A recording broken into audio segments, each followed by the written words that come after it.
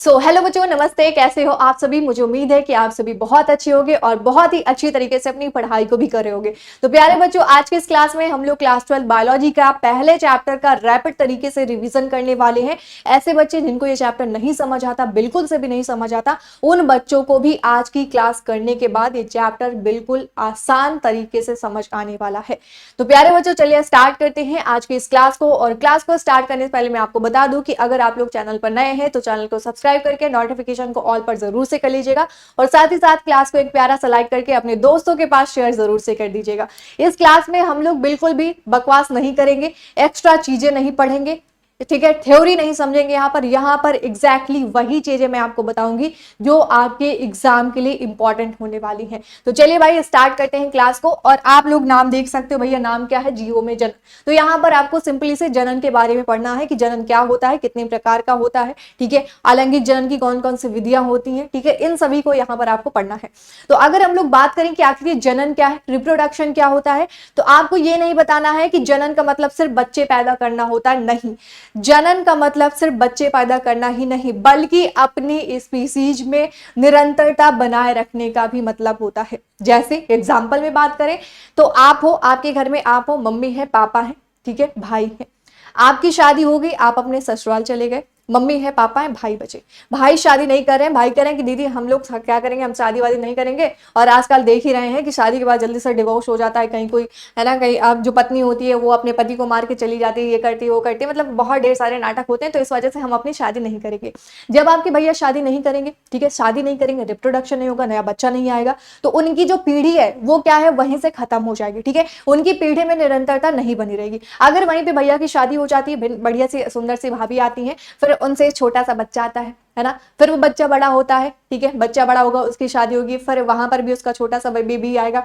इसी तरीके करके आपकी जो पीढ़ी है उसमें निरंतरता बनी रहेगी। लेकिन जब भैया शादी नहीं करेंगे तो आपकी पीढ़ी की निरंतरता क्या है, नहीं बनी रहेगी। तो जनन का मतलब क्या है, जनन आपको बताना है कि जनन जीवों की वह क्षमता है जिसमें वो, ठीक है, अपने ही समान छोटे से जीव को जन्म देता है और एक स्पीसीज में, ठीक है, जनन जो है वो एक स्पीसीज में एक पीढ़ी के बाद दूसरी पीढ़ी की निरंतरता को बनाए रखता है। सेम वही बात मैंने आपको बताई कि जनन का मतलब सिर्फ बच्चा पैदा करना नहीं है, जनन का मतलब ये है कि अपनी पीढ़ी में निरंतरता बनाए रखना, ठीक है। तो आपको जनन क्लियर हुआ। अब बात करें कि जनन कितने प्रकार का होता है, तो जनन आपका मेनली 2 टाइप का होता है, कहीं कहीं पे आपको ये 3 टाइप का बताएंगे। क्यों? क्योंकि यहाँ पे कायिक जनन भी ऐड कर देंगे अलग से, लेकिन जो कायिक जनन है वो आपका अलैंगिक जनन में ही आता है, ठीक है। तो जनन आपका कितने प्रकार का, 2 प्रकार का होता है। कौन कौन सा? एक आपका असेक्सुअल रिप्रोडक्शन होता है, ठीक है, असेक्सुअल रिप्रोडक्शन होगा, ठीक है, असेक्सुअल रिप्रोडक्शन होगा। दूसरा आपका होता है सेक्सुअल रिप्रोडक्शन, ठीक है, क्या हो जाएगा, सेक्सुअल रिप्रोडक्शन, ठीक है, सेक्सुअल रिप्रोडक्शन हो जाएगा। असेक्सुअल का मतलब अलैंगिक जनन, सेक्सुअल का मतलब लैंगिक जनन। तो जनन कितने प्रकार का, 2 प्रकार का, अलैंगिक जनन, लैंगिक जनन। बात करें अलैंगिक जनन की, तो अलैंगिक जनन में बाबू क्या है, यहाँ पर सिंगल पेरेंट, ठीक है, सिंगल पेरेंट इन्वॉल्व होता है, ठीक है, सिंगल पेरेंट इन्वॉल्व होता है, ठीक है, इन्वॉल्व होता है। तो आप बोलेंगे यस दीदी बिल्कुल, यानी कि अलैंगिक जनन में एकल जनक की आवश्यकता होती है, ठीक है। और ये जो हमारा अलैंगिक जनन है, जब एकल जनक है तो क्या है भैया, यहाँ पर आपके गैमीट नहीं बनेंगे, ठीक है, क्या है, गैमीट नहीं बनेंगे, यानी कि युग्मक नहीं बनेंगे। जब युग्मक नहीं बनेंगे तो यहाँ पर क्या है, फर्टिलाइजेशन भी नहीं होगा, ठीक है, क्या है, फर्टिलाइजेशन की क्रिया भी नहीं होगी, यानी कि निषेचन की क्रिया भी नहीं होगी, ठीक है।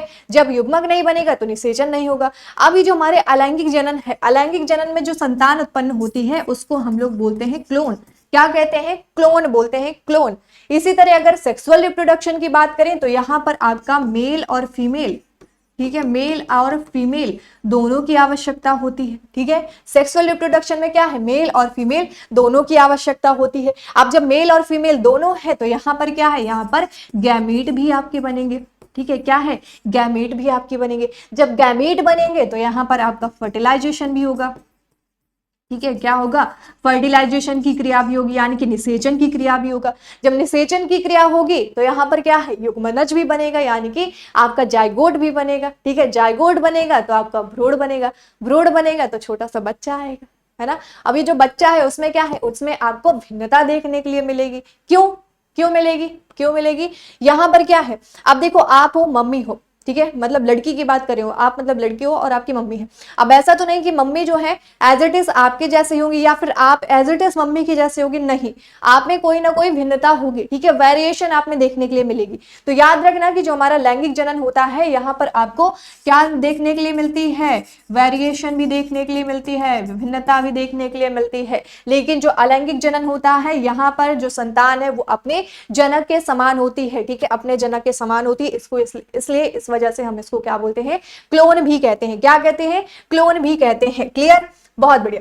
अगर बात करें अलैंगिक जनन की, तो जब संतति की उत्पत्ति एकल जनक से होती है वह अलैंगिक जनन कहलाता है। इसमें उत्पन्न, ठीक है, या फिर इसमें निषेचन नहीं होता है, इसमें उत्पन्न जीव को क्लोन कहा जाता है। क्या कहा जाता है, क्लोन। एग्जाम्पल में जैसे बैक्टीरिया हो गया, कवक हो गया, प्रोटोजोआ, इन सब में क्या है, इन सब में अलैंगिक जनन होता है। यहाँ पर एक जनक की आवश्यकता होगी, गैमेट नहीं बनेंगे, निषेचन की क्रिया नहीं होगी, जो संतान होगी उसको क्या कहेंगे, क्लोन कहेंगे। ठीक है, अलैंगिक जो जनन है इसकी आपकी निम्नलिखित विधियां होती हैं। कौन कौन सी, पहली आपकी विखंडन हो गई, दूसरा आपका हो गया बीजाणु जनन, तीसरा मुकुलन, चौथा आपका खंडीभवन और पांचवा क्या है, पुनरुद्भवन हो गया। अगर हम लोग विखंडन की बात करें तो विखंडन में क्या है, विखंडन का मतलब बाइनरी फिजन इंग्लिश में बोलते हैं। इसमें जो जीव का शरीर है वो दो खंडों में टूटता है। जैसे मान लो ये एक जीव है, ठीक है, यहाँ पर क्या है, एक जीव है, इसका शरीर क्या है, इसका शरीर जो है वो दो खंडों में टूट गया, तो यहाँ पर आपके नए जीव बन जाएंगे। ठीक है, यहाँ पर क्या है, नए जीव आपके बन जाएंगे। इसी तरह अमीबा जो है, पैरामीशियम है, इसमें क्या है, द्विखंडन यानी कि बाइनरी फिजन होता है। ठीक है, बीजाणु जनन की बात करें तो बीजाणु जनन में क्या है, आपका स्पोर बनते हैं यानी कि बीजाणु बनते हैं और उन स्पोर से नए जीव का निर्माण होता है। मुकुलन की बात करें तो मुकुलन में क्या है, मान लो मैं क्या हूं, मैं एक जीव हूं। अब मेरे शरीर से, ठीक है, यहाँ मान लो सिर से हो गया है ना, यहाँ कंधे से हो गया, ठीक है, पैर से हो गया, कहीं से भी एक छोटी सी कली जैसे संरचना निकल आई। ठीक है, मान लो ये मेरा सिर है, सिर से मेरे ऐसे छोटी सी कली निकल आई। ठीक है, ऐसे छोटी सी कली निकल आई। अब ये जो कली निकली धीरे धीरे क्या करेगी, धीरे धीरे ग्रोथ करके वृद्धि करके नया जीव बना लेगी। ठीक है, क्या करेगी, नया जीव बना लेगी, तो उसको हम लोग बोलते हैं मुकुलन। जैसे ईस्ट हो गया, हाइड्रा हो गया, इन सब में क्या है, मुकुलन द्वारा अलैंगिक जनन होता है। खंडीभवन की बात करें तो जो जीव है उसका शरीर टुकड़ों में टूटा है, ऐसे खंड में, ऐसे ऐसे, जैसे ये जीव है इसका शरीर ऐसे टुकड़ों में टूट जाएगा। ठीक है, ऐसे ऐसे टुकड़ों में टूट जाएगा। अब ये टुकड़े जो है वो क्या करेंगे, नए जीव का निर्माण कर लेंगे। ठीक है, उसको हम लोग फ्रेगमेंटेशन बोलते हैं। पुनरुद्भवन में की बात करें तो पुनरुद्भवन में, ठीक है, पुनरुद्भवन में क्या है, पुनरुद्भवन को हम लोग इंग्लिश में बोलते हैं रीजनरेशन। रीजनरेशन में क्या है, जो जीव होते हैं, ठीक है, जब इसके शरीर के टुकड़े होंगे तो वो टुकड़े फिर क्या करेंगे, नए जीव का निर्माण करते हैं। ठीक है, इतना आपको याद करके रखना है। क्या करना है, इतना आपको याद करके रखना है। उसके बाद समझेंगे यहाँ पर हम लोग कायिक जनन, जिसको हम लोग वेजिटेटिव रिप्रोडक्शन बोलते हैं। क्या बोलते हैं, वेजिटेटिव रिप्रोडक्शन। तो कायिक जनन जो है ये भी एक प्रकार का आपका अलैंगिक जनन होता है, यानी कि असेक्सुअल जनन होता है, असेक्सुअल रिप्रोडक्शन होता है, क्योंकि इसमें एक ही जनक से पौधे, ठीक है, एक ही जनक पौधे से यहाँ पर आपके नए पौधे का निर्माण होता है, इसलिए कायिक जनन किसमें, आपका अलैंगिक जनन में आता है। आलू में भूमिगत तने से कंद, और जो आपका अदरक होता है, क्या होता है, अदरक में भूमिगत प्रकंद यानी कि राइजोम बनते हैं। बांस की बात करें तो बांस में भी आपका प्रकंद यानी कि राइजोम के द्वारा कायिक जनन होता है। बल्ब बड़ी कलिकाएं होती हैं। ठीक है, बल्ब आपकी क्या है, बड़ी कलिकाएं होती है जिनमें भोज्य पदार्थ आपका संग्रहित होता है और ये बाद में चलकर नए पौधे को जन्म देती हैं। जैसे ओनियन में क्या है, ओनियन में बल्ब पाया जाता है, बल्ब के द्वारा कायिक प्रवर्धन होता है। आलू जो है, आलू में कंद होता है। अदरक में क्या है, प्रकंद होता है। बांस में क्या है, बांस में भी प्रकंद होता है। इसके द्वारा अलैंगिक मतलब कायिक प्रवर्धन होगा और फिर नए पौधे का निर्माण होगा। ठीक है, क्या होगा, नए पौधे का निर्माण होगा। क्लियर। आप देख रहे हैं जो जलकुंभी है, क्या है, जलकुंभी। जलकुंभी में आपका जो कायिक प्रवर्धन है वो भूस्तारिका यानी कि ऑफसेट द्वारा होता है। यह जल से ऑक्सीजन खींच लेता है। जलकुंभी को बंगाल का आतंक यानी कि टेरर ऑफ बंगाल के नाम से भी जाना जाता है। यहाँ पर आपको सुंदर सा फूल दिख रहा होगा, ये क्या है, ये है आपका जलकुंभी, जिसको जलीय जंगली घास भी कहते हैं। क्या कहते हैं, जलीय जंगली घास भी कहते हैं। और इसका दूसरा नाम क्या है, बंगाल का आतंक भी बोलते हैं इसको। ठीक है, टेरर ऑफ बंगाल बोलते हैं। अब ये इतना सुंदर सा तो है, लेकिन ये जिस पानी में रहता है, स्थिर जल में रहता है, उस जल से क्या है, ऑक्सीजन को, पूरी ऑक्सीजन को खींच लेता है। जब ऑक्सीजन खींचेगा पानी से तो पानी में जितने आपके जलीय जीव होते हैं उनको बहुत ज्यादा नुकसान पहुंचता है और इस वजह से उनकी डेथ भी हो सकती है, वो मर भी सकते हैं। ठीक है, क्या हो सकते हैं, मर भी सकते हैं।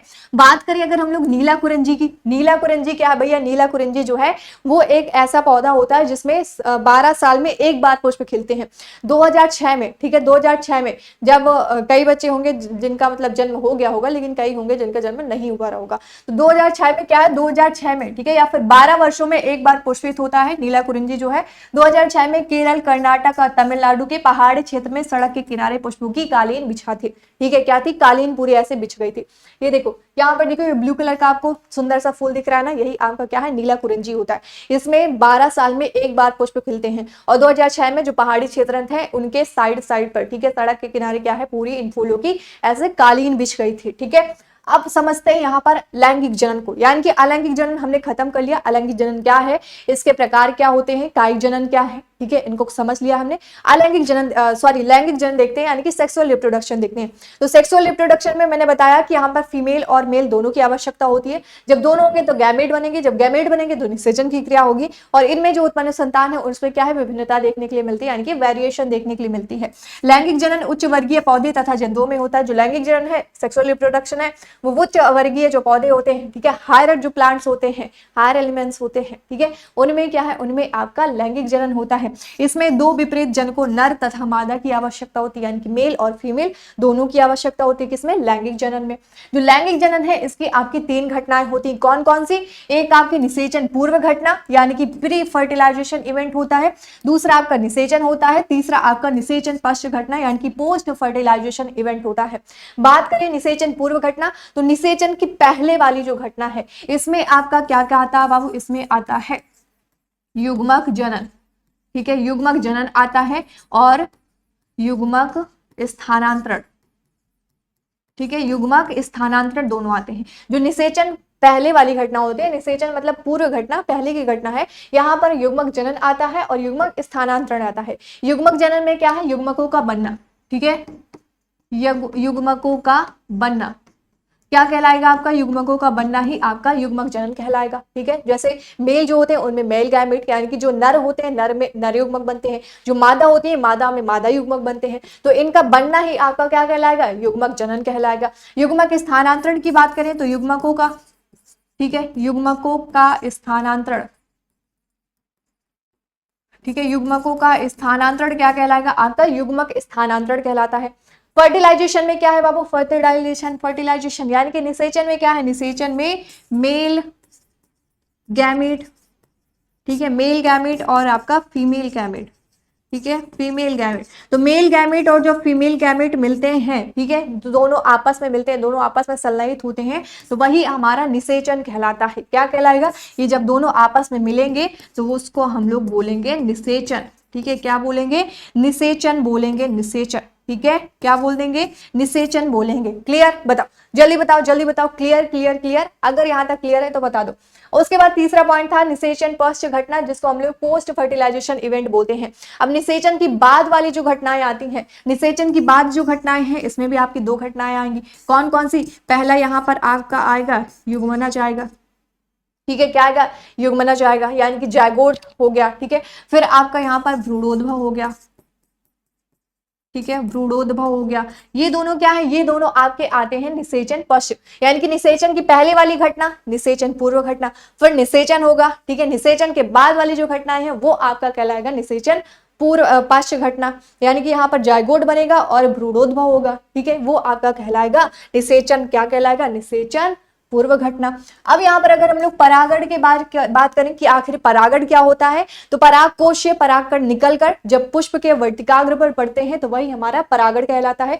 परागण आपका 2 प्रकार का होता है, ठीक है, क्या 2 प्रकार का होता है, पहला आपका स्वपरागण, दूसरा आपका परपरागण होता है। यहाँ पर देखो लिखा है कि पुष्पी पादपों में परागकण पराग कोश से निकलकर परागण विधि द्वारा वर्तिकाग्र यानी कि स्टिग्मा पर पहुंचते हैं, वही आपका परागण कहलाता है। यहाँ पर देखना, ठीक है, यहाँ पर देखना, यहाँ पर देखना, ठीक है, जल्दी से देखना, ये आपका क्या है, ये पुष्प का नर भाग होता है और यहाँ पर मैंने पुष्प का मादा भाग बनाया है, इसको परागकोश बोलते हैं। ओवल शेप का जो स्ट्रक्चर है परागकोश बोलेंगे, इसको जो डंडी जैसे संरचना है तंतु बोलेंगे, ठीक है, तंतु बोलेंगे। और इसी परागकोश के अंदर क्या है, परागकण भरे होते हैं, ठीक है, परागकण होते हैं। अब ये ऊपर जो चपटा हुआ संरचना दिख रहा है ये आपका वर्तिकाग्र कहलाएगा, क्या कहलाएगा, वर्तिकाग्र। इंग्लिश में वर्तिकाग्र को क्या बोलते हैं, स्टिग्मा बोलते हैं। ये ट्यूब जैसे संरचना बीच की दिख रही है इसको हम लोग वर्तिका बोलेंगे, क्या बोलेंगे, वर्तिका। ओवल शेप का जो स्ट्रक्चर है इसको अंडाशय बोलेंगे, ठीक है, अंडाशय बोलेंगे। तो ये हमारा जो परागकोश है, इस परागकोश से जो परागकण है ये जब निकल कर कहाँ पर पहुंचते हैं, यहाँ वर्तिकाग्र पर पहुंचते हैं, तो वही आपका क्या कहलाएगा, परागण कहलाएगा, ठीक है, क्या कहलाएगा, परागण यानी कि पॉलिनेशन कहलाएगा, ठीक है। पॉलिनेशन आपका 2 प्रकार का होता है, एक सेल्फ होता है और एक आपका क्रॉस होता है। जो सेल्फ पॉलिनेशन होता है वो किसमें है, किसमें होता है, तो याद रखना जो आपके बाइसेक्सुअल प्लांट्स होते हैं, ठीक है, यानी कि द्विलिंगी पौधों में क्या है, आपका स्वपरागण होता है, और परपरागण किस में होगा, परपरागण आपका यूनिसेक्सुअल में होगा। ठीक है, यूनिसेक्सुअल में होगा। यूनिसेक्सुअल यानी कि एक लिंगी जो आपके पादप होते हैं उनमें आपका परपरागण होता है। स्वपरागण में जब पुष्प जो मतलब आपका परागकोश है, इस परागकोश से परागकण निकलकर अगर उसी पुष्प के वर्तिकाग्र पर पड़ रहे हैं तो आपका क्रॉस सेल्फ पॉलिनेशन कहलाएगा। और जब पुष्प के, ठीक है, पुष्प के या फिर परागकोश से परागकण निकलकर जब दूसरे पुष्प के वर्तिकाग्र पर पड़ रहे हैं तो वो आपका क्रॉस पॉलिनेशन कहलाएगा। ठीक है, क्या कहलाएगा, क्रॉस पॉलिनेशन कहलाएगा। क्लियर, क्या कहलाएगा, क्रॉस पॉलिनेशन। इसी तरह हमारा आता है निषेचन। अगर निषेचन की बात करें, निषेचन अभी पीछे मैंने बताया लेकिन फिर से यहाँ पे समझ लो, मेल गैमेट, ठीक है, मेल गैमेट हो गया और आपका फीमेल गैमेट, जब दोनों आपस में मिलते हैं, ठीक है, जब दोनों आपस में मिलते हैं तो वही आपका निषेचन कहलाता है।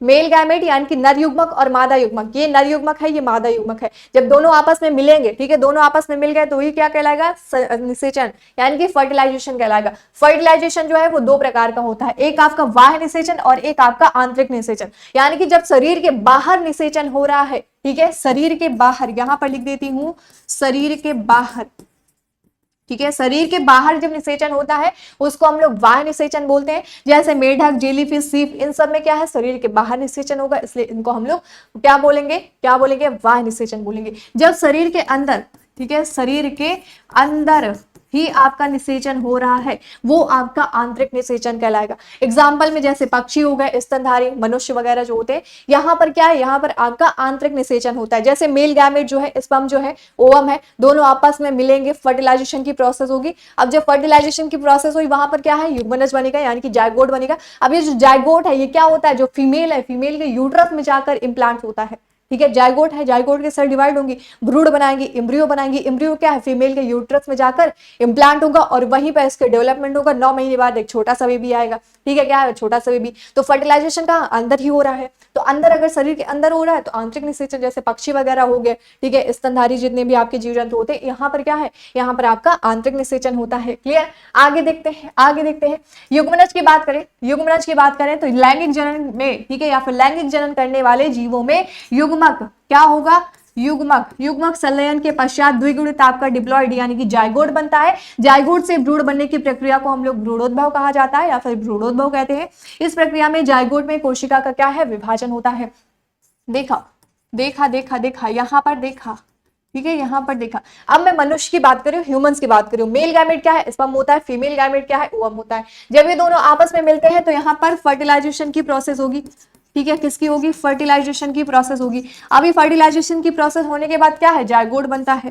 ठीक है, क्या बनेगा, जायगोट बनेगा। जायगोट कैसा है, डिप्लॉइड होता है यानी कि 2n होता है। जायगोट की सेल डिवाइड होकर क्या बनाएंगी, एम्ब्रियो बनाएंगी। ठीक है, एम्ब्रियो बना लेंगे। अब देखो इस जायगोट से एम्ब्रियो बनने तक का, ठीक है, जायगोट से एम्ब्रियो बनने तक का जो सफर होता है या फिर प्रक्रिया होती है, इसको बोलते हैं भ्रूणोद्भव। ठीक है, क्या बोलते हैं, भ्रूणोद्भव बोलते हैं। देखो परागण तक जब तक हुआ था वहां तक क्या था, निषेचन पूर्व घटना थी। ठीक है, निषेचन पहले वाली घटना थी। फर्टिलाइजेशन हो गया, अब फर्टिलाइजेशन के बाद ये जो युग्मनज बन रहा है ये क्या है, निषेचन पश्च वाली घटना है। ठीक है, निषेचन पश्च वाली घटना है। तो याद रखना है कि जब मेल गैमेट फीमेल गैमेट मिलेंगे, फर्टिलाइजेशन होगा, जायगोट बनेगा। जायगोट कैसा, 2n यानी कि डिप्लॉइड होता है, और जायगोट की सेल डिवाइड होकर क्या बनाएंगे, एम्ब्रियो बनाएंगे। तो जायगोट से एम्ब्रियो बनने तक को हम लोग क्या कहते हैं, उसको भ्रूणोद्भव कहते हैं। ठीक है, क्या कहते हैं, भ्रूणोद्भव कहते हैं। और जायगोट की जो सेल है वो डिवाइड होकर क्या बना लेती हैं, एम्ब्रियो बना लेती हैं। ठीक है, क्या बनाती है, एम्ब्रियो। यहां पर समझते हैं जंतुओं में भ्रूणोद्भव यानी कि जो एनिमल्स होते हैं इनमें भ्रूणोद्भव यानी कि एम्ब्रियोजेनेसिस कैसे होता है। तो इनमें एम्ब्रियोजेनेसिस जो है वो दो प्रकार से होता है, एक अंडप्रजक होते हैं और एक आपका सजीव प्रजक होता है। जो जंतुओं में भ्रूणोद्भव होता है वो दो प्रकार से, एक आपका अंडप्रजक और एक आपका सजीव प्रजक होता है। अगर अंडप्रजक की बात करें, ठीक है, अंडप्रजक की बात करें तो जो बाबू अंडे देते हैं, ठीक है, जो अंडे देते हैं उनको हम लोग क्या कहेंगे, अंडप्रजक कहते हैं। ठीक है, उनको हम लोग क्या कहेंगे, अंडप्रजक। जैसे एग्जांपल में मुर्गी हो गया। ठीक है, मुर्गी क्या करती है, अंडे देती है ना। सर्प हो गया या फिर सांप बोलो, सांप हो गया, सांप क्या करता है, अंडा देता है। ठीक है, मगरमच्छ हो गया, क्या हो गया, मगरमच्छ हो गया। इसी तरह आपकी छिपकली हो गई। क्या हो गई, छिपकली हो गई आदि। ये सब क्या करते हैं, ये सब आपके अंडे देते हैं। ठीक है, मुर्गी को देखते हैं ना, मुर्गी क्या करती है, अंडे देती है। फिर अंडे देती है, फिर आप लोग उसका ऑमलेट बनाकर खा जाते हो, या फिर उसका सब्जी बनाकर खा जाते हो। ठीक है, सब्जी बनाकर खा जाते हो। इसी तरह सजीव प्रजक है, जो सजीव प्रजक होते हैं ये क्या करते हैं, बच्चे पैदा करते हैं।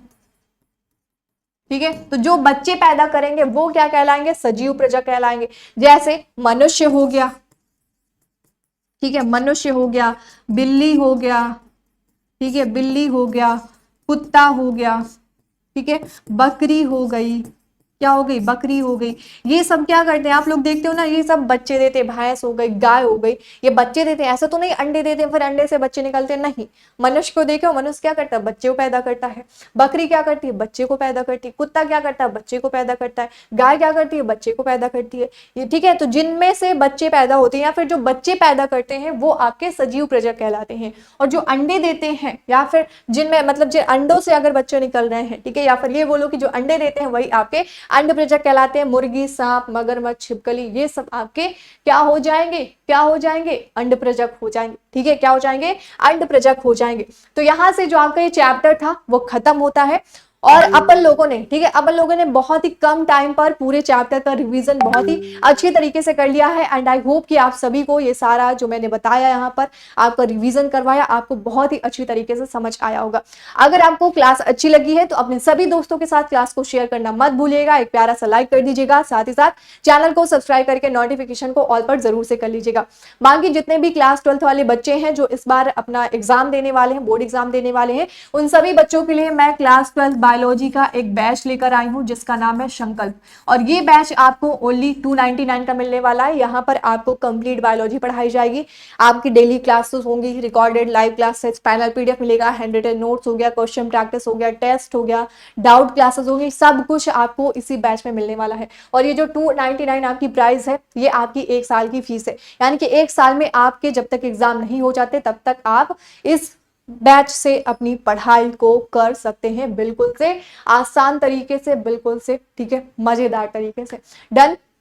और हाँ, ठीक है, और हाँ, क्या हाँ, तो मैं सिर्फ इतना कहूंगी कि नीचे डिस्क्रिप्शन बॉक्स में मैंने एप्लीकेशन की लिंक दिया है, वहां से जाकर आप सभी लोग एप्लीकेशन को डाउनलोड कर लीजिएगा, रजिस्टर कर लीजिएगा और संकल्प बैच में एनरोल करके अपनी बायोलॉजी की पढ़ाई को, ठीक है, बोर्ड एग्जाम की तैयारी को बहुत ही बेहतरीन तरीके से करिएगा। और मैं इतना आपको कहूंगी कि अगर आपने इस पूरी क्लास को देखा है तो सच में आप अपने एग्जाम में सारे क्वेश्चन अटेम्प्ट करके आओगे।